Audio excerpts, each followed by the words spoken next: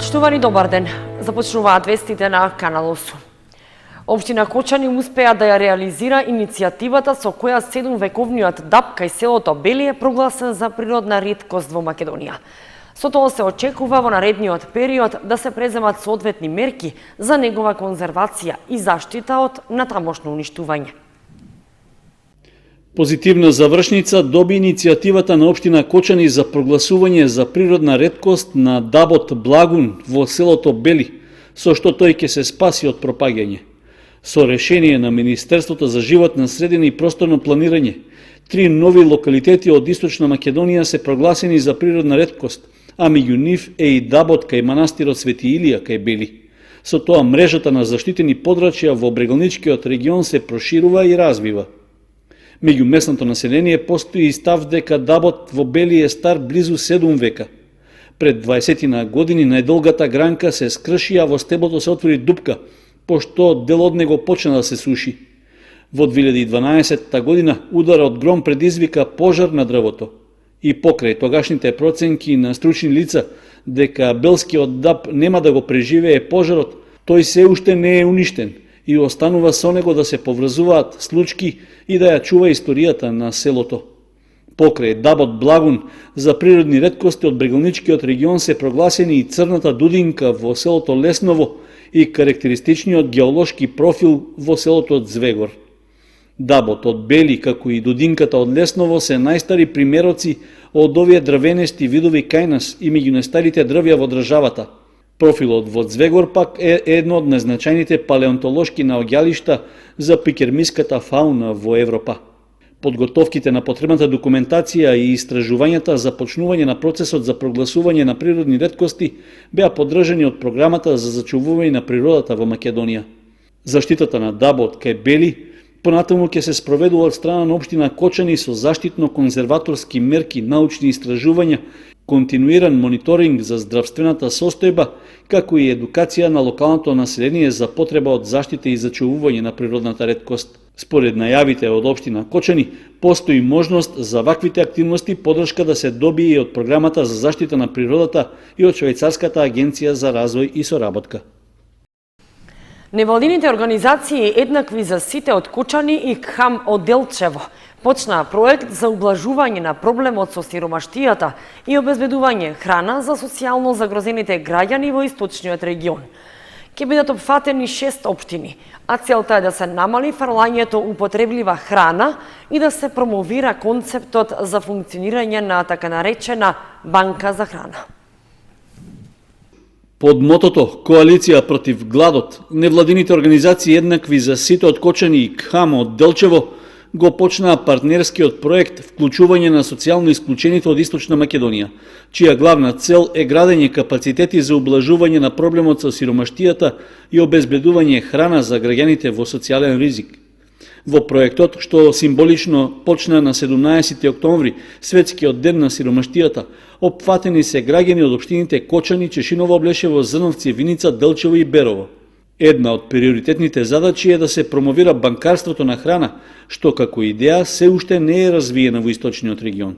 Прво сакаме да го мапираме, да ја мапираме сиромаштијата во источниот регион, за да видиме со колкав процент на сиромашни луѓе ние се соочуваме, од причини што генерално во Македонија веќе официјален податок е дека 30% од употребливата храна се фрла, храна која што може да биде пренаменета за луѓето кои што се наоѓаат во социјален ризик или храна која што им е неопходна. Од друга страна сакаме да го анимираме и бизнис секторот, односно заинтересираните страни, стейкхолдерите, кои што се исто така заинтересирани и може да дадат свој придонес околу подигање, односно развивање на тој концепт банкарство за храна. Тоа се институциите, тоа се фирмите, угостителските објекти и сите други граѓани кои што сакаат да допринесат да се развие тој концепт. Според Абдулов, во наредниот 6-месечен период колку што ќе трае проектот, треба да се постават основи за заживување на банкарството на храна, за да може потоа да се обезбедуваат барем минимални количини храна за семејствата во социјален ризик. На почетокот од активностите на проектот беше обезбедена донација од прехранбени производи за лицата кои добиваат топол оброк во Народната кујна во Кочани, како и домашна посета на социјално загрозени семејства со донација од 3 компании. Проектот вклучување на социјално исклучените од Источна Македонија е финансиран од Европската Унија преку ИПА програмата за граѓански организации и медиуми, а се реализира во соработка со Банката за храна на Македонија, Словенечката банка за храна Сибахе, Организацијата на жени од Струмица и Европската федерација на банки за храна ФЕБА. Општина Кочани го објави повикот за избор на фирма што ќе ги изгради и асфалтира 11 улици во градот и во Тракање и Оризари. Средствата од околу 700.000 евра беа одобрени од Светска банка под поволни услови, а ќе се отплаќаат во наредните 13 години. Објавен е повикот за поднесување понуди од заинтересираните компании во рамки на вториот проект за подобрување на општинските услуги за изградба на 11 улици во општина Кочани. Според договорот што во август годинава го потпиша градоначалникот Николчо Илиев со Министерството за финансии, одобрени се средства во висина од околу 700.000 евра од Меѓународната банка за обнова и развој од компонентата општински инвестиции. Со овие пари ќе се асфалтираат 6 улици во Кочани и уште 5 во населените места. Средствата се добиени под поволни услови, односно како заем ќе се отплаќаат во наредните 13 години, со вклучен грејс период од 3 години и каматна стапка што е еднаква на каматата која Македонија ја плаќа кон Светска банка. Изведувачот што ќе биде избран согласно критериумите и процедурите на Светска банка ќе работи на изградба на улици со вкупна должина од околу 3 километри. Тоа се улиците Кирил и Методий, Скопска 560, Стефка Тасева со Скоевска и 555, Петар Синадинов и Искра во Кочани. Исто така ќе се изградат и асфалтираат улиците Асном и 2 крака на Раде Кратовче во Оризари, како и Борис Ефтимов и Маршал Тито во Тракање. На дел од овие улици е предвидена изградба на атмосферска канализација, подпорни ѕидови и тротоари. Од локалната самоуправа истакнуваат дека изградбата на 11 улици е сериозно подобрување на патната инфраструктура во нашата општина. Јавниот повик за избор на изведувач на градежните работи е објавен во печатените медиуми на веб страницата на општина Кочани и во Бирото за јавни набавки. Отворањето на пристигнатите понуди ќе биде на 18 ноември. Полицијата го расчисти убиството што неодамна се случи во Кочани. 30-годишниот ДС го извршил убиството врз неговиот 55-годишен татко ВС во семејната куќа во населбата Усова Чешма, истакнува полицијата.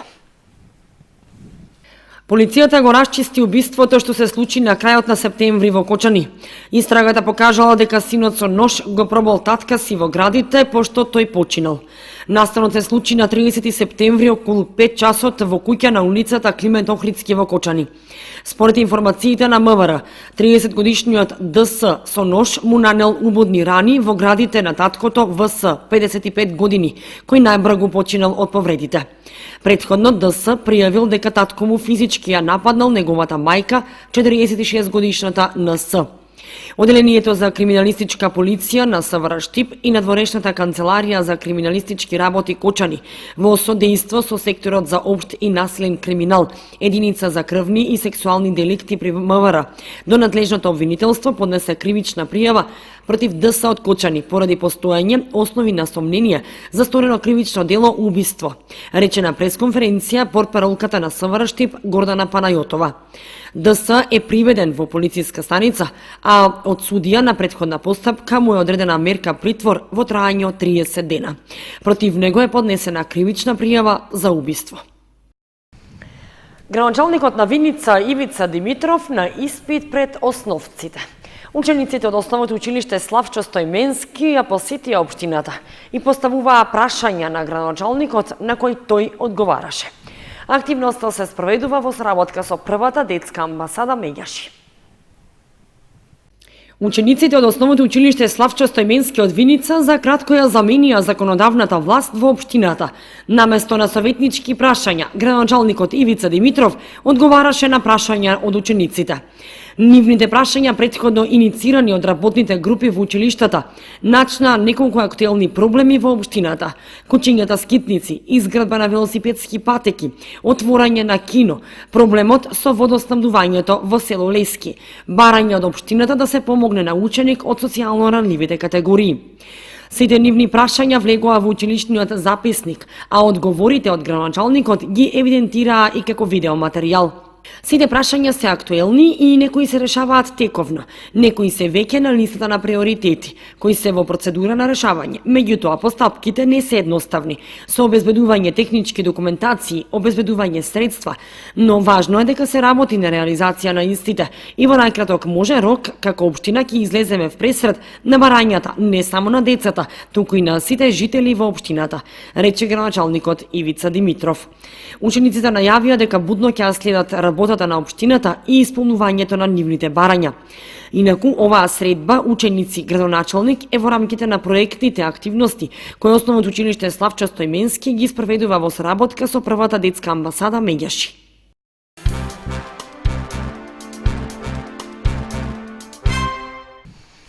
Извидниците од Кочани и Црвениот крст на заеднички активности со гостите од 5 европски држави како дел од проектот "Ние сме попаметни од технологијата" на Еразмус Плюс програмата, што се одвива со реализација на Средното училиште Лјупчо Сантов. Учеа за тајните на извидништвото и давањето прва помош. Во склоп на проектот "Ние сме попаметни од технологијата" од Еразмус Плюс програмата, во која е вклучена и гимназијата Лјупчо Сантов, и деновиве има гости, ученици и професори од 5 европски држави. Заеднички активности реализираа и двете младински организации, Извидничкиот одред Ластовица и Црвениот крст. Целта на заедничките активности беше да им ги представат на гостите ученици од Норвешка, Словачка, Турција, Романија и Италија своите вештини и начини и методи на работа.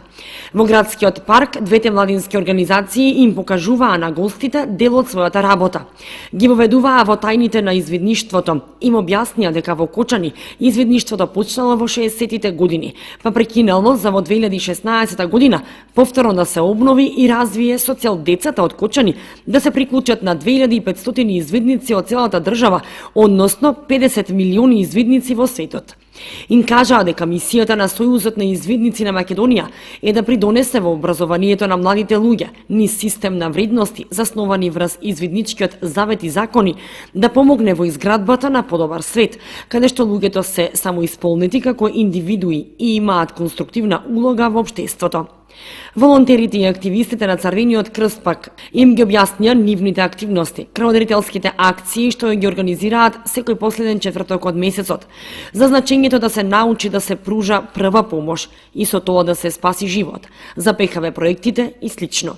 Гостите беа воодушевени од презентациите на младите активисти на двете организации, кои ги соединија своите знаења и вештини во своите области и поминаа со гостите 3 забавни и интересни часа преку игра и забава.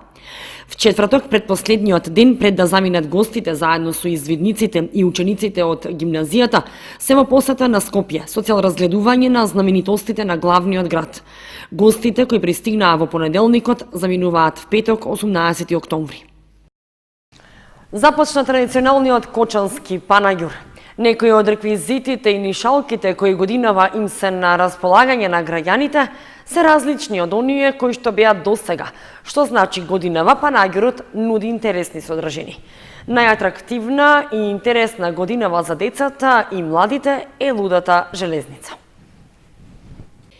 Официјално стартуваше традиционалниот кочански панаѓур. Годинава не остана сиромашен во делот на она што го нуди, туку има нови содржини во однос на реквизитите и нишалките кои им се на располагање на граѓаните. Со вакви реквизити, меѓу кои најатрактивна и интересна е лудата железница, секако дека би можел да се покачи адреналинот кај децата кои ќе го користат. Собствениците на дел од реквизитите велат дека очекуваат добар пазар и секако да им се исплати монтажата и работата која е многу одговорна. Монтажа трае со 600. Монтажата на нашата луда железница и останатите реквизити трае околу 2 дена, а ние работиме 6 луѓе. Но стрмно е, малку и потешка е монтажата. Прв пат сме во Кочани со лудата железница и мило ние што сме тука. Се надевам ќе послужи и времето. Што се однесува до лудата железница, малку е адреналинска, но може да ја користат и мали и поголеми деца, а со малите деца може да седат и родителите. Имаме направено тестови и безбедно безбедноста е на високо ниво, 100% нема опасност. Јас имам и други реквизити. Целата детска програма е моја. Во Македонија подобро се заработува од ова бидејќи нема силна конкуренција, а во Србија каде што работиме, посебно во Белград на пример, имаме силна конкуренција и помалку заработуваме. Но кога ќе земеме во предвид патот и монтажата до Македонија, ни испаѓа скапо, но како и да е, очекуваме дека ќе биде добро ако биде убаво времето. Јас сум трета генерација од моите роднини кои што го работиме ова, и моите родители работеа во Македонија во далечните 90-ти години, па после во Хрватска, па Црна Гора и сега повторно во Македонија. Кога ќе завршам во Кочани, ќе одиме во Гевгелија и после се враќаме во Белград. Инаку ме прашавте дали е сигурно. Јас работам 15 години и никогаш не се случил инцидент и нема никакви проблеми. Се е регуларно и фабрички тестирано. Цената на лудата железница изнесува 100 денари за едно лице. Освен реквизити и забавен дел, има и интересни можности за возрастните, кои ќе може да разгледаат тоа што тезгаджиите го нудат на тезгите и да си купат одредени производи по поевтина цена. Па најгорот ќе трае до недела 20 октомври.